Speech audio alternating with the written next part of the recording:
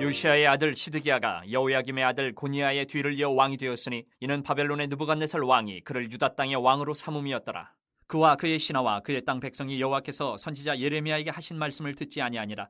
시드기야 왕이 셀레메야의 아들 여후갈과 마아세의 아들 제사장 스바냐를 선지자 예레미야에게 보내 청하되 너는 우리를 위하여 우리 하나님 여호와께 기도하라 하였으니 그때 예레미야가 갇히지 아니하였으므로 백성 가운데 출입하는 중이었더라. 바로의 군대가 애굽에서 나오매 예루살렘을 에워쌌던 갈대아인이 그 소문을 듣고 예루살렘에서 떠났더라. 여호와의 말씀이 선지자 예레미야에게 임하여 이르시되 이스라엘의 하나님 여호와께서 이와 같이 말씀하시니라. 너희를 보내어 내게 구하게 한 유다의 왕에게 아뢰라. 너희를 도우려고 나왔던 바로의 군대는 자기 땅 애굽으로 돌아가겠고 갈대아인이 다시 와서 이 성을 쳐서 빼앗아 불사르리라.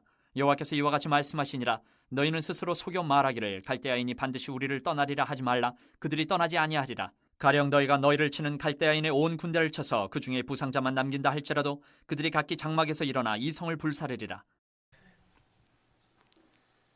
우리 신실한 그리스도인들은 어떤 결정을 할 때 기도를 먼저 하시죠. 대부분 이제 그리스도인들은 그냥 함부로 결정을 하지는 않습니다. 어떻게 해야 하나님의 뜻대로 할 수 있을까 하고 기도를 하죠. 그리고 나서 이제 그 기도를 한 거에 대해서 응답을 이제 받아야 되는데 이 응답이 긴가민가합니다. 왜 긴가민가 하냐면은 구체적으로 하나님이 야 A야, 야 B야, C야 라고 얘기를 해주시면 그거대로 하면 되는데 그렇게 이제 쉬운 얘기는 아니더라고요. 어머니를 보니까 그거 지켜나가기가 너무너무 어려워요.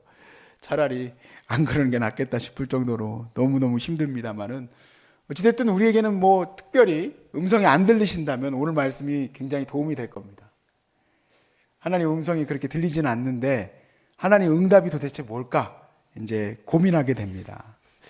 예를 들어서 제가 유학 시절에 그런 기도를 하나님께 오랫동안 좀 드렸어요.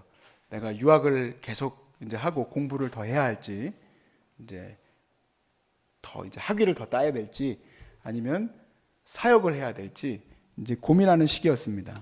그때 어떤 길이 열리기 시작했어요. 또 하나님께서 어떤 사인을 보내주시는 것 같았어요. 근데 그게 진짜 맞는 걸까? 할 수가 없는 거예요. 도대체 이 사람이 말하는 것이 하나님 뜻이었는지 아니면 저 사람이 나한테 얘기했던 것이 맞는 것인지 알 수가 없으니까 긴가민가한 거예요. 저는 오늘 특별히 이 말씀을 통해서 하나님의 응답을 좀 확신하고 갈 수 있는 길을 기본적인 방법에서요. 그거를 오늘 말씀을 통해서 나누려고 합니다. 오늘 말씀을 보시면 시드기야 왕 때로 다시 돌아왔습니다. 시드기야 왕은 유다의 이제 마지막 왕입니다. 나라가 망하는 왕이죠.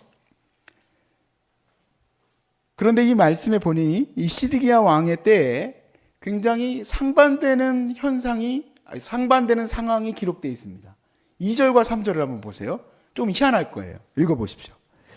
그와 그의 신하와 그의 땅 백성이 여호와께서 선지자 예레미야에게 하신 말씀을 듣지 아니하니라. 시드기야 왕이 셀레미야의 아들 여호갈과 마아세의 아들 제사장 스바냐를 선지자 예레미야에게 보내 청하되 너는 우리를 위하여 우리 하나님께 기도하라 하였으니. 여러분 이게 왜 이상합니까? 2절에 분명히 뭐라고 돼 있어요? 말씀을 듣지 않아요. 말씀을 듣지 않는 사람이 하나님 앞에 기도하라고 해요. 여러분 말씀을 안 듣는 사람이 어떻게 하나님 앞에 응답을 구합니까? 무슨 상황이냐면 먼저 대명령이 주어졌습니다. 하나님이 이미 응답을 하신 상황이에요. 시드기야에게 항복하라고 그랬어요. 이스라엘 백성들에게 항복하고 바벨론으로 포로로 잡혀가라. 내가 너희들을 지켜주겠다. 너희들이 거기에서 밭도 갈고 자녀들도 낳고 잘 살 수 있게 해주겠다라고 분명히 얘기를 했단 말이에요. 그게 대전제입니다. 근데 그걸 듣기가 싫은 거예요. 그게 싫은 거예요, 그게. 도대체 그러면은 시드기야와 이 백성들은 뭘 원하는 겁니까? 지금 이집트에게 도움을 요청한 상황이에요. 이집트에서 또 거기다 도와준다고 그랬어요. 그러니까 이집트가 와서 예루살렘을 도와줄 때 바벨론이 도망갈 수 있도록 기도해달라는 거예요. 하나님 뜻은 여기 있는데 내 뜻은 그게 아니에요. 지금 그런 상황입니다. 2절과 3절이 그래서 이상한 상황이에요. 그러면 어떻게 지금 이제 상황이 풀려나가는지 한번 보십시오. 5절 말씀입니다. 바로의 군대가 애굽에서 나옴에, 애굽에서 이제 나왔습니다. 바로 이제 이집트의 군대죠. 예루살렘을 에워쌌던 갈대아인이 그 소문을 듣고 어떻게 됐습니까? 예루살렘을 떠났더라. 그러면 어떻게 우리가 느낄까요? 응답됐다고 느끼겠죠? 하나님이 기도해 주신 대로, 예레미야가 기도해 준 대로, 기도는 안 했겠지만 기도해 준 대로, 야, 이게 진짜로 갈대아인이 도망갔구나 하고 생각을 하게 될 겁니다. 여러분, 이 상황은 기도의 응답입니까? 아닙니다. 기도 응답이 아니에요. 9에서 10절을 보세요. 여호와께서 이와 같이 말씀하시니라. 너희는 스스로 속여 말하기를 갈대아인이 반드시 우리를 떠나리라 하지 말라. 그들이 떠나지 아니하리라. 가령 너희가 너희를 치는 갈대아인의 온 군대를 쳐서 그 중에 부상자만 남긴다 할지라도 그들이 각기 장막에서 일어나 이 성을 불사르리라. 너희들이 완전히 갈대아인들을 무너뜨렸다고 너희들이 생각할지라도 결국에는 갈대아인이 너희들을 부수리라 라는 말씀이에요. 결국 응답은 원래 주어졌던 말씀으로 다시 돌아간 겁니다. 항복해야 된다는 거예요. 바벨론에 항복해야 된다. 그게 하나님 뜻이에요. 하나님 정하신 방향이에요. 그래서 결국에는 어떻게 됐습니까? 시드기야 왕은 두 눈이 다 뽑히고 바벨론의 포로로 잡혀가 버렸습니다. 끔찍한 상황까지 이르게 되고 말았어요. 완전히 예루살렘은 박살이 나버리고 말았습니다. 우리가 하나님의 음성을 듣는다는 것에 대해서 가장 먼저로 우리가 생각하고 있어야 될 게 있습니다. 그것은 뭐냐면 하나님이 이미 주신 말씀이에요.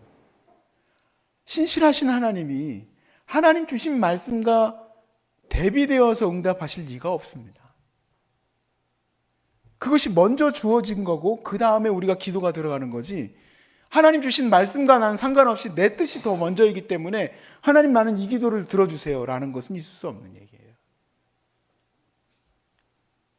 예를 들면 굉장히 많이 이 부분은 고민이 되는 부분입니다. 우리 여기 이미 이 부분에 대해서 고민을 끝내신 분들도 계시겠지만 조금 뜨끔하시고 들으실 부분이에요. 뭐냐면 성경에서 분명히 결혼 상대자를 찾을 때에 누굴 찾으라고 되어 있습니까? 믿는 사람이에요. 그것이 먼저 대전제예요. 그리고 나서는 기도를 부탁합니다. 목사님께. 저도 기도 부탁을 많이 받았습니다. 목사님, 아무개 형제가 저를 좀 좋아하게 해달라고 기도 좀 해주십시오. 글쎄, 제가 봤을 때는 기도 안 해도 좋아할 것 같아요.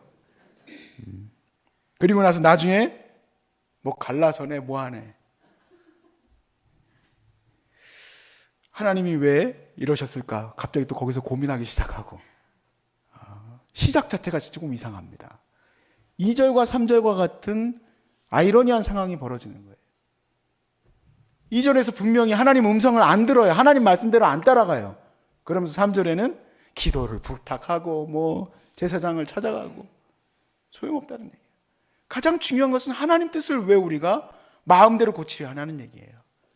하나님 뜻을 쫓아가면은 그것이 바로 하나님의 응답 가운데 있다는 것을 믿으시기 바랍니다.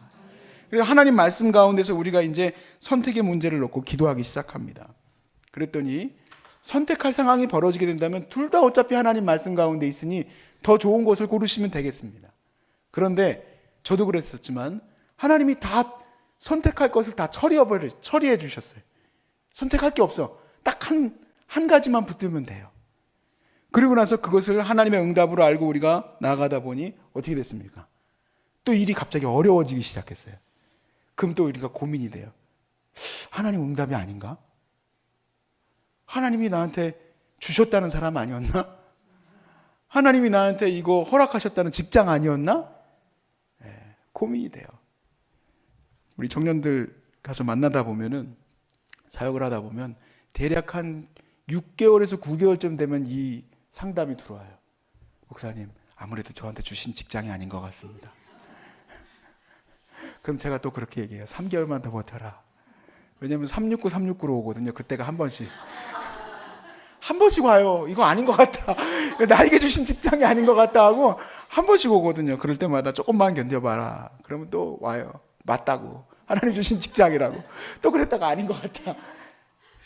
하나님이 무슨 응답이 줬다 뺐다 그러는 것도 아니고, 그게 아니라 하나님 앞에 내가 기도하고 하나님 말씀대로 나아가서 그것을 선택했다면 그 가운데 오는 모든 고난도 하나님 주시는 응답으로 우리가 받아야 될 줄로 믿습니다. 그것은 주님의 길대로 가고 있는 거예요. 굳이 특별히 하나님께서 그 진로를 수정해야 될 것 아니면은 하나님 앞에 기도하는 게 그러면 잘못된 겁니까? 그걸 놓고 우리가 기도해 왔고 그걸 놓고 우리가 하나님 앞에서 이렇게 선택해 온 거잖아요. 내가 암 치료를 위해서 이렇게 기도하면서 이러한 방법을 놓고 기도하고 하면서 오고 있잖아요. 조금 실수도 있겠죠. 조금 잘못될 수도 있어요. 그러나 걱정하실 것 없습니다. 왜냐하면 로마서 말씀에서 하나님께서 이렇게 얘기하셨어요. 부르심을 입은 자들은 하나님께서 합력하여 선을 이루게 하신다고 그랬어요. 그러니까 내가 하나님의 응답이 뭔가 아닌가 긴가민가 걱정할 거 하나도 없어요.